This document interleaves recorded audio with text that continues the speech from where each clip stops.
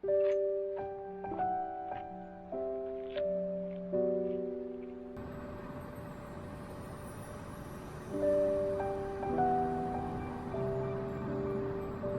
I had no intention of actually coming away with any photographs today. I was basically just out scouting for fall colors to see what's starting to change. I've already got a list of places that I'm going to go, but I need to know when to go. And knowing that some trees are going to change faster than others, like this one, and there's some in the back that are just starting to change, I can kind of gauge, you know, when I'm going to make start making my rounds, so to speak, to get the fall color that I really want.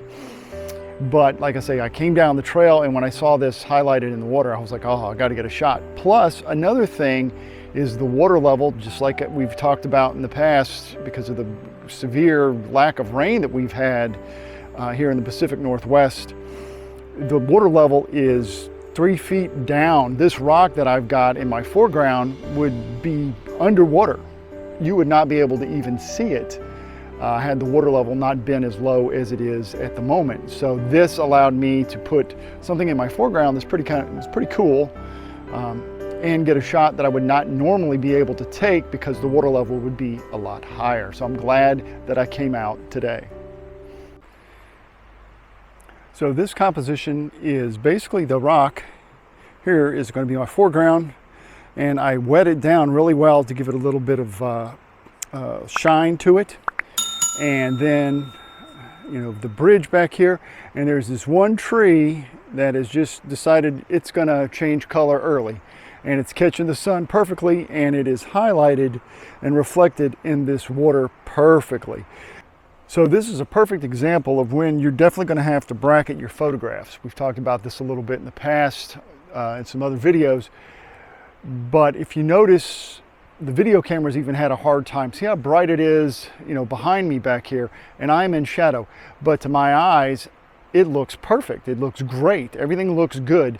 But knowing that back here is where the sun is hitting, and the dynamic range between that and in the shade where I am and where the rock is in my foreground, knowing that, I absolutely know that there's no way to capture it in one photograph. I've got to expose for all those shadows, and then I've got to definitely expose for where the sun is directly hitting all of those trees back behind the bridge.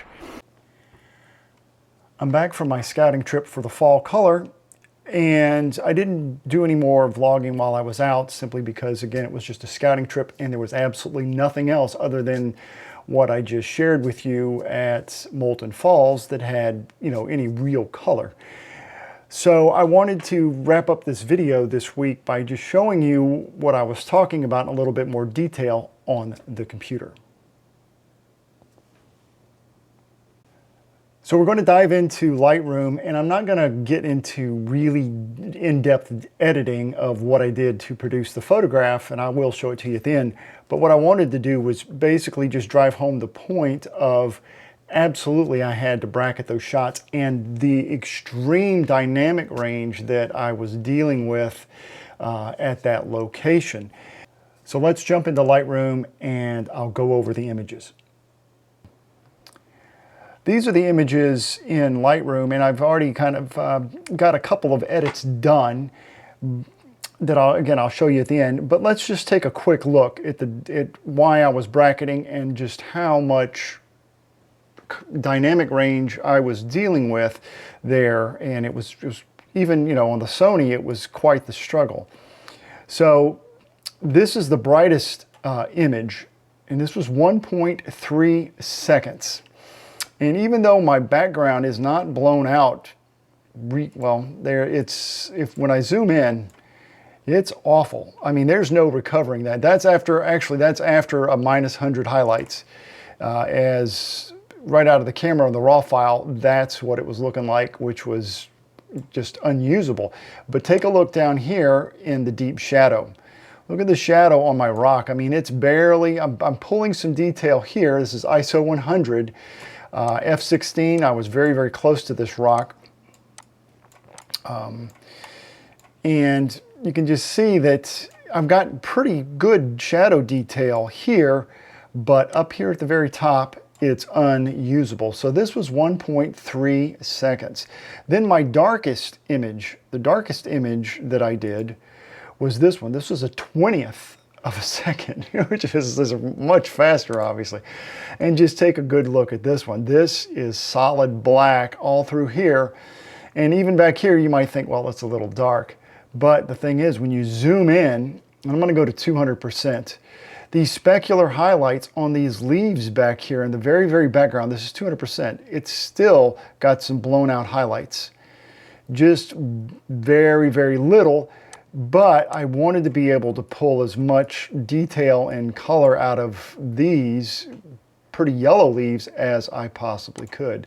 So it was a combination of using this image here, this frame, and this for my foreground down in here.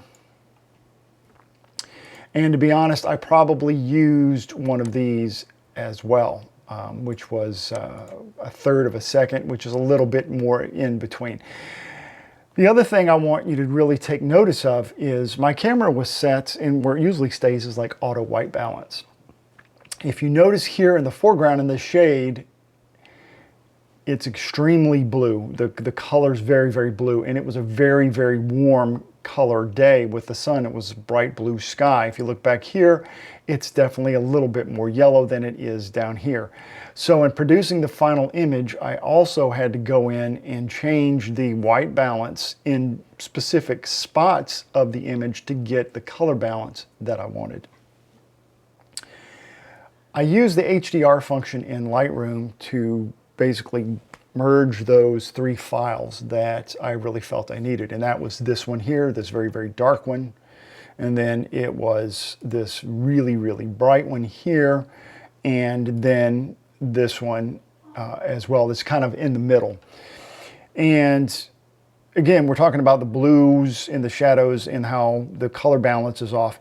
And what I ended up with after just merging those together in Lightroom with no processing or anything was this file here. So this is the HDR, and it looks real similar to the middle range tonality one, but trust me, all the data is there. And then all I did was go in and very, very quickly, I'll give you just a rough edit. I just went in and brightened things up where I felt I needed to, using radial filters just to pull in, you know, where I wanted it. And again, this is very, very quick. I'll show you the final. I'm not going to go through the entire edit, like I say, like that. And then I painted in actually used the adjustment brush to bring this down a lot up here at the top in the background. And you can see the detail is there. It looks so much better than trying to do that on the image that I showed you, the one for my shadows. You know, this shot, where is that? Here, just how awful this is back here in the back. It's unusable. And so this one is looking a lot better. And you know, so I basically warmed this up because I felt everything was a little bit too blue. And then I did a big, you know, adjustment, something like, let's see, something around in here. And then I warmed this up quite a bit as well, you know, just to help balance the color between the two. So after I got all said and done, the image that I came away with is this one. And so I'm going to go into, let's zoom in here at 100%. Close that out, let it load.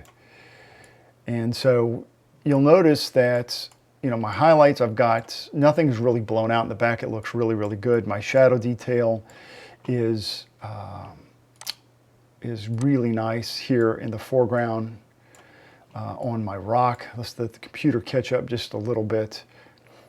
And I think it just came out, you know, really, really nice for this one lone tree. And again, the only thing that makes this composition work, and the only reason I took this photograph, was the fact this rock was exposed. It gave me a really nice foreground element, and this one tree in the back was absolutely just bursting with yellow color, and it was reflected perfectly right here in the water. Because the water level was so low, there was not any current hardly at all, and that allowed for this great reflection. Another thing to notice in my composition that I thought of is I wanted to make sure as best as I possibly could that I had space around this rock, blue space. See, this is all sky.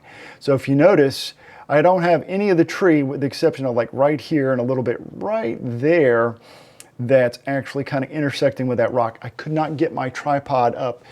There was no way to get it any taller or make the composition work any better than I did. I tried to finesse it as best I could, but I think it works well, and it's not merging on the entire length of the reflection, which again I think is really, really important. So that's going to do it for this week's video. I really appreciate you watching. Please give me a thumbs up. Consider subscribing to my channel. It really helps me out. I'm going to be heading out to do fall color in the next 2 weeks. And you can look forward to videos from a lot of different locations if I can make them all, hit them all at the right times. It's going to be really epic, and you don't want to miss it. So make sure you hit that notification bell so you'll be notified when those videos do get released. Thanks for watching, and we'll see you next time.